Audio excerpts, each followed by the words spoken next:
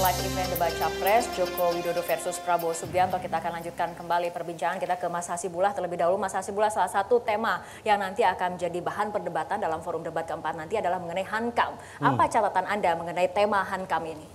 Ya, yang pertama saya rasa kita bahagia ya karena minimal yang ada di sini di antara Bu Andi dan Pak Arief sama-sama semangatnya ingin menang. Bahkan yakin pasti menang gitu. Harus. Nah menurut saya ini prinsip demokrasi yang harus kita dukung. Karena kalau tiba-tiba yang satunya, oh saya akan kalah, selesai kita gitu. Jadi ini kita menjaga kesehatan demokrasi kita, masing-masing merasa menang dan memang harus berada pada pola pikir seperti itu. Dan yang kedua, catatan saya menurut saya dari Mas Toto tadi menarik. Bahwa tema ini agak berbeda dengan, sangat berbeda dengan tema-tema sebelumnya. Karena mungkin kalau kita klasifikasi, ada beberapa tema yang kita tidak bisa main-main dengan itu. Misalkan soal ideologi. Ya. Saya ingin mengatakan ketika kita bahas ideologi, mungkin kita harus mengenyampingkan kepentingan-kepentingan elektoral. Walaupun memang secara pragmatis kita butuh itu, tapi ideologi adalah persoalan mati hidup bangsa. Jadi kita harus membahas ini dalam konteks bagaimana kita akan menjalankan perahu kebangsaan ini ke depan. Menang kalah sudah pasti tanggal 17 nanti itu akan terwujud, tapi bagaimana visi ideologi ini akan menjadi lebih terang di antara dua calon kita. Dan yang kedua, menurut saya ini momentum yang juga tidak kalah penting, terutama berkaitan dengan kebijakan politik luar negeri. Dan benar disampaikan Mas Toto, ini orang luar, diplomat-diplomat, para dubes semuanya akan melihat kepada panggung kita malam ini. Dan menurut saya, salah satu yang harus ditampilkan oleh calon-calon pemimpin kita ke depan ini adalah bagaimana peluang yang kita miliki itu betul-betul ditampakkan bahwa kita siap untuk menjadi pemimpin demokrasi dalam konteks negara-negara berpenduduk mayoritas Islam. Ini sebuah keunggulan yang saya berkali-kali mengatakan, tapi kita selama ini kurang mendiplomasikan itu. Oke, itu tadi catatan dari Mas Hasibullah. Ini bagaimana situasi di media sosial media sendiri, sosial, ya? permedsosan begitu ya. Dan pemirsa, selama sepekan ini tentunya banyak sekali perbincangan di sosial media terkait tema-tema yang ada di debat Capres pada malam hari ini.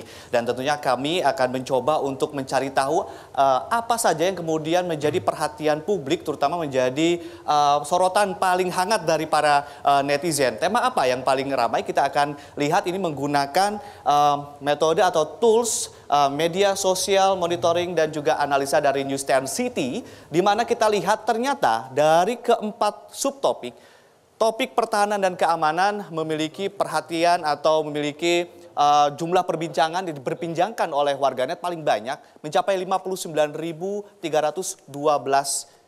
perbincangan di media sosial Twitter. Diikuti oleh ideologi yang mencapai atau diperbincangkan sebanyak 51.763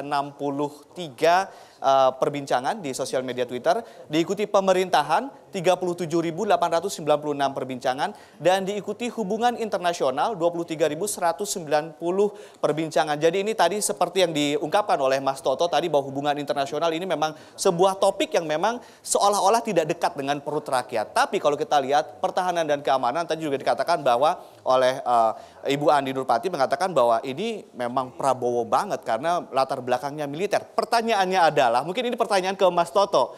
Mas Toto, apakah pertahanan dan keamanan akan selalu berhubungan dengan militer? Hanya militer saja atau ada aspek-aspek yang lain? Tidak juga. Kalau kita bicara keamanan kan sebenarnya sudah di luar wilayah militer misalnya ya. Di situ kita bicara peran kepolisian, bicara hal yang lebih luas, Kamrata misalnya. Jadi peran sipil. Jadi sudah jauh lebih luas. Walaupun dengan keterbatasan waktu, image orang biasanya akan menangkap perdebatannya mengenai bagaimana peran negara dan pertahanan segala macam, peran militer seperti apa. Dan yang menarik adalah tadi kalau kita lihat memang misalnya terkait hubungan internasional ya. Tadi saya sudah katakan ini dianggap paling susah dicerna sehingga paling kecil.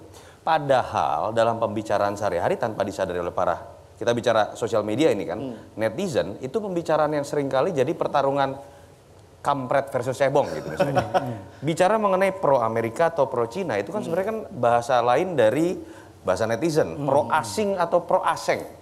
Nah itu yang menurut saya menjadi tantangan seni bagaimana membumikan bahasa-bahasa tinggi dalam bahasa diplomasi, bahasa hubungan internasional, sehingga kemudian membuat masyarakat mengerti, oh ini yang kita perdebatkan setiap hari. Oh ini yang ternyata memiliki keterkaitan dengan kebutuhan kita, martabat kita sehari-hari. Itu yang menurut saya akan jadi tantangan dengan waktu yang terbatas, walaupun kalau mengikuti format debat ketiga menurut saya akan jauh lebih baik dan dimungkinkan terjadi perdebatan seperti Tadi kita itu. juga akan membuktikan juga akan mendalami satu persatu data kemudian untuk masing-masing pasangan. Topik pertahanan dan keamanan ini bisa kita lihat untuk pasangan Joko Widodo atau Capres nomor urut 01, kepuasan atau respon positif itu lebih banyak 55%. Untuk tema topik pertahanan dan keamanan. Sementara untuk Prabowo Subianto positif hanya 19%.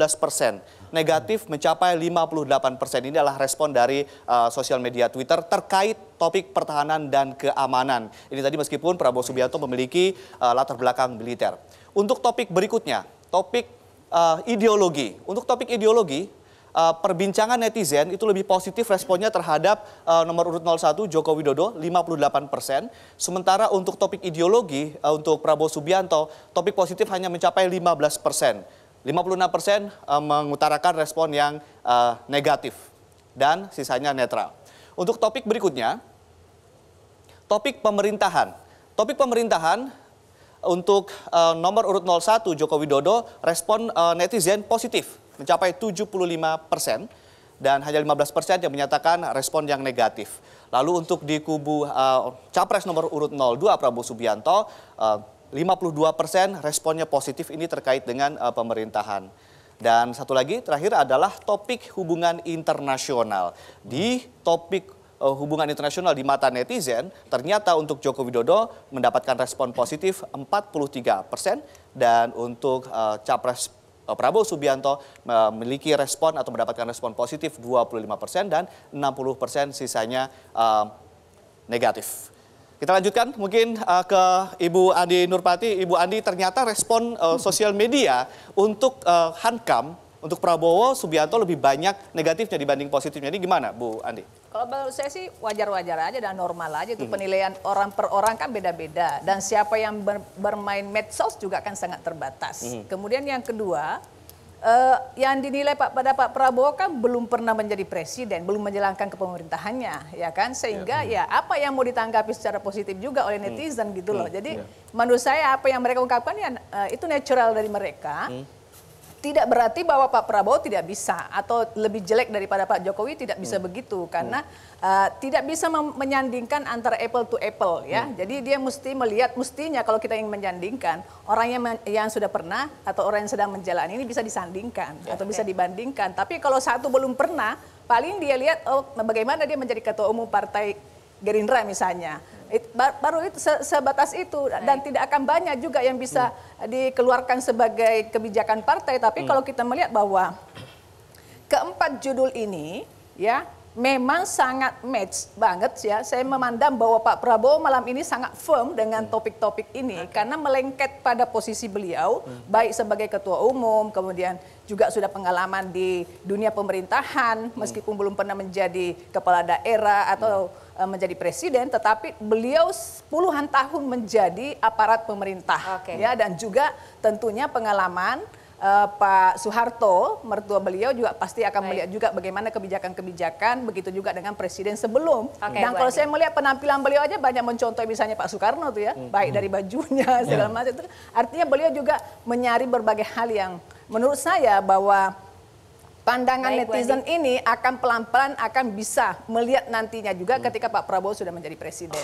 Tadi kita sudah melihat respon dari netizen dari Twitter dan selanjutnya kita akan melihat bagaimana sebetulnya tingkat kepuasan masyarakat terhadap kinerja pemerintahan khususnya di bidang politik, hukum, dan keamanan. Kita akan melihat grafis survei pertama dari CSIS terlebih dahulu. Ya, kita lihat dalam periode waktu 12 hingga 22 Maret 2019 menunjukkan tingkat kepuasan responden 64,5% menjawab puas, sementara responden menyatakan tidak puas sebesar 31,9% dan sebanyak 3,6% responden menyatakan tidak tahu ataupun tidak menjawab. Dan selanjutnya kita juga akan masih melihat hasil survei yang dilakukan oleh Carta Politika mengenai tingkat kepuasan terhadap kinerja pemerintahan masih di bidang keamanan dan juga penegakan hukum. Ini periode surveinya dari tanggal 1 hingga 9 Maret 2019. Responden yang menunjukkan ataupun mengakui puas sebesar 57,8 dan sementara yang mengatakan ketidakpuasan sebesar 31,5% dan 10,7% responden menyatakan tidak tahu ataupun tidak menjawab. Nah, ini memang kita akan langsung tanyakan tanggapan dari Carta Politika karena kita ada direktur eksekutifnya di sini, Mas Toto. Ini apa saja kemudian yang membuat responden merasa puas, tapi ditahan dulu jawabannya. Kita ikuti jeda berikut terlebih dahulu.